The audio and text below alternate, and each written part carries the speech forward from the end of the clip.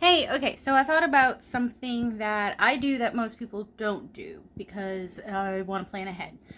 So, when I do meat shopping, which doesn't happen often, but when I do, I usually buy it because it's on sale, and so I have a lot of it, and so it goes into the freezer.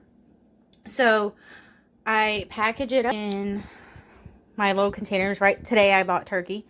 So I'm going to do a Cajun turkey, and then I'm just going to have like a little roasted turkey situation going on. But I also snacking on the broccoli, yummy. So I will season and everything, all of my meat and everything. I'll season it and then pop it in the freezer. Season it and then pop it in the freezer. So there's multiple reasons for this. One is that I have ready-made to go, like, oh, okay, well, I got fucking Cajun turkey today for dinner, so what am I gonna make with it?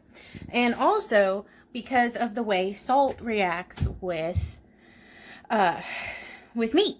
So there's actually a time span where if you, just like how we talked about going and salting your food as you go, you also want to salt your meat in different times for when you are going to eat it.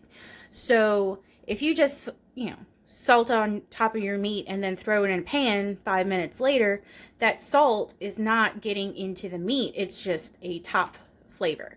Whereas if you leave it for about an hour, that salt will start to absorb into the meat, but it will pull the liquid out, which is not helpful. You don't want dry ass meat.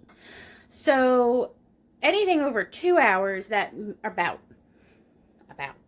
anything over about 2 hours, you are going to be pulling that salt will get sucked into the meat. That water that was in the meat will mix with the salt, come back out, and then it will come back in. And then it's all flavored. It's all delicious through the meat. So that is super handy information to have. It works great for steaks because I really don't like anybody else's steaks but mine. Sorry for the pimple. So for the steaks, I'll salt, pepper, and rosemary on my steaks. Throw them in the freezer. Take them out the night before or the day before, however long. Take them out, and while it is defrosting, it is going through that salt absorption, pushing out and reabsorbing it process. So it makes the whole meat more flavorful. So I'm to my turkey and doing that.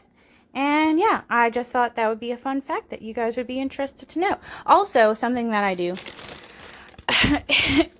is I label my bags. It's habit from working in a kitchen for too long. And also, I put the temperature that it needs to cook at, and because these are both going to be oven based, so oven cooked. So I know this is going to need to cook at 325 for 50 to 60 minutes, but I also want to sear it beforehand so that I get a nice crust on it before I throw it in the oven. If you just throw a meat in the oven, it's not going to get that nice crisp like your mom's roast or, stuff like that. You want to sear it, which is locking in the juices. Sear it on both sides and then throw it into the oven or the crock pot or the Instapot or whatever you're going to use to cook.